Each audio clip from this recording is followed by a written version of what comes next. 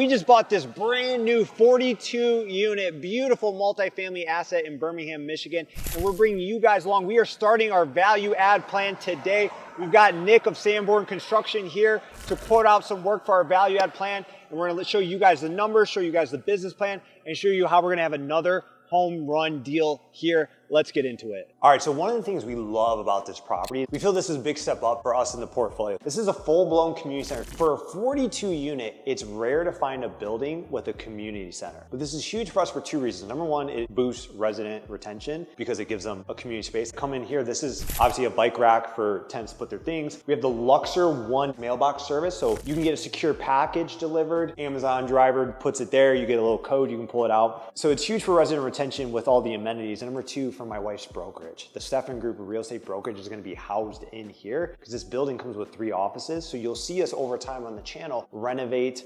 rehab, and improve these offices because the Stephan Group will then rent that from Birmingham Flats Apartments, which is another revenue boosting thing, both for the brokerage and for the apartment. This is our common area here. This is a brokerage meeting already going down. There's Andrea and Cody, one of our real estate agents at the Stephan Group. So this is a nice community center area here. Again, very rare to have this on 42 units, but residents love it. It's also great for the managers to meet residents here, sign leases. So there's a full gym. We have 2 offices here. So these are 2 of the main offices that we will be like building out and designing to use for the brokerage. But what do you guys think? Comment below. Pretty cool space for 42 units. Again, this was all extra. These are one of the things that really drew me to the property, plus the proximity, the area, Birmingham, Michigan, A+ location. So looking for unique things. While this is smaller for us, the amenities in the area made it more desirable, and the ability for my wife to put her real estate brokerage inside of here, it's a win-win. A couple things that we really want to look at doing. The courtyard here, they were having water issues. Let's see it. When it rains, Nick, it is coming into the building. So see how it's all this like pool like right around here. We were told in previous management company, we're gonna either have like French drains installed or have it regraded, so there's not that issue. We want to bring in our own people to have that quoted out of like how extensive could it be. And I'm thinking the gutters need to be cleaned for sure. I mean, all your gutters have stuff hanging out of them the whole way around. You've just got bad grade here, like you said. I mean, the center point of this is higher than everything around it. Right there, the grass is the highest center point. Concrete weight on the dirt has sunk over time. I'd dig it out and trench it. I wouldn't mess with this. You start messing with the doors and the structure and everything. Sure. I would seal that better. Drain it right out of the V. This is an elevator here. Yeah. It needs to be decommissioned. Long term, if you want to reopen it. No. But you've still got the shaft. Right. So you just block this off. Sure.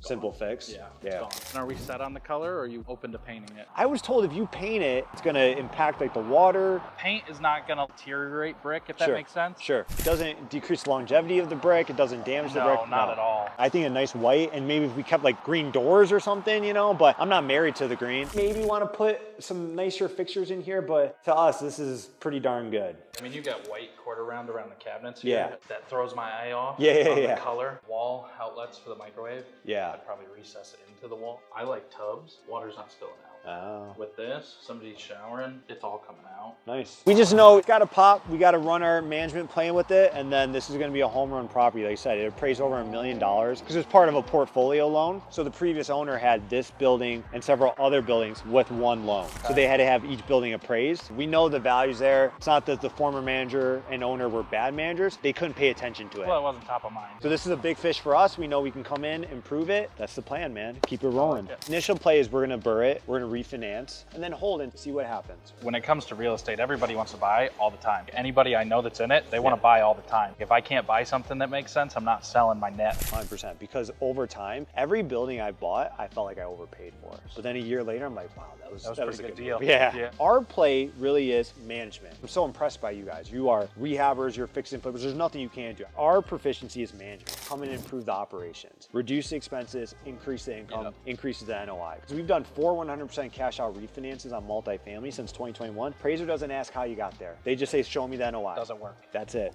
I don't come from real estate background. My mother was a drug addict. She passed away when I was 17. Father filed bankruptcy, almost lost our home there. We were on food stamps. We struggled financially. Never really thought about financial success. Definitely never thought about owning multifamily. My father taught me fitness. So he said, you got these negative emotions, you got this rage. I learned fitness as an outlet.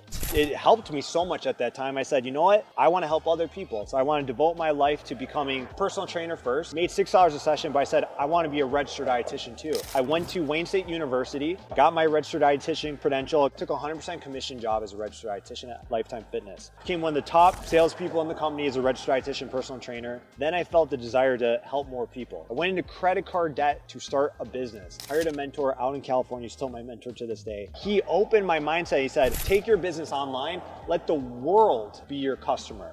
Then I kind of fell into the niche of helping other registered dietitians bring their expertise onto the internet to help other people. When I started investing in real estate, so I started with one house back in 2020. My first business was online telehealth. It was a struggle at first, but then grew that and it became successful. And we always say in business, you don't eliminate problems, you get new problems. So that was kind of like our first business that really took off. A lot in taxes, started looking into real estate investing as a way to lower my tax bill. I started with one house, I didn't know what I was doing. I thought I was gonna hold everything forever.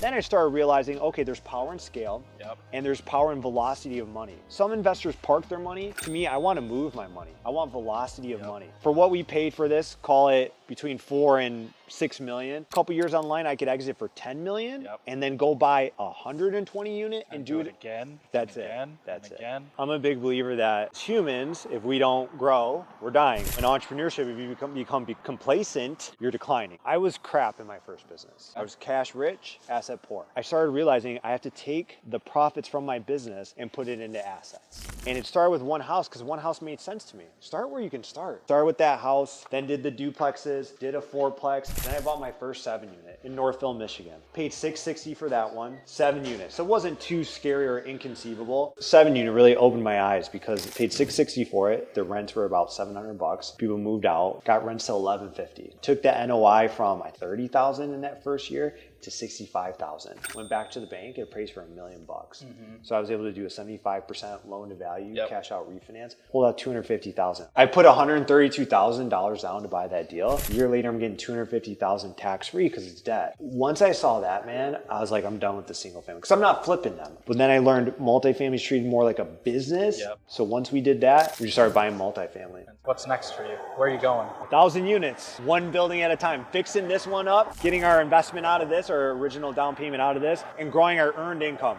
I still grow my online coaching consulting business. My wife still grows her brokerage. We own 259 units, but we're not done working. Your business buys your assets buy your freedom. Share with you guys that the depth of your struggle determines the height of your success. There's no way I'm here today without all the struggle and the adversity. Start slow, do it right, build yourself up, build your confidence with every deal you do, and network, man. This is a new friend now and a new business relationship that as he grows in his business, we're gonna keep growing. Hopefully there's synergy there. And that's what it's all about. All right, guys, so you just saw the collab video with Nick of Sanborn Construction. Appreciate your help, sir. Appreciate you bringing us out. We're gonna get some work done here. Let us know, did you like seeing the behind the scenes? Did you like seeing with the contractor here so you're seeing the nitty gritty? Drop us a comment. As always, thank you so much for being here. Be sure to comment, like, and subscribe. And until next time, we'll talk soon. Thanks. All right, so if you enjoyed today's episode, we want to hear from you. We want to get your feedback. I love when we get comments. I love when we get feedback. I hate just doing a video and not hearing from you. So here's what I want you to do. Number one, drop a comment. Did you like it? Did you not like it? What do you want to see more of? What are your thoughts? If you have any questions, put them below. If you notice, guys, I respond to all of my comments personally, and I'm always going to do that. So drop a comment below. I have a couple free resources for you. Number one, if you want to learn more about wealth creation, the mindset around wealth, how I went from working in my business, building a business, to investing into real estate, all from starting from scratch with food stamps, Chapter 7 bankruptcy. Get my book. It's called The New Rules to Financial Freedom. It sells for $19 on Amazon, but you can get it for a free digital download by clicking the link in the description. If you want to learn more specifically about real estate investing, the BRRRR strategy, how we've grown our portfolio, I have a free masterclass that people paid $3,000 to come to learn in person with me teaching that room, but you can get that masterclass for absolutely free by clicking the link below. Until our next episode, thank you so much for being here. We'll talk soon. Thanks.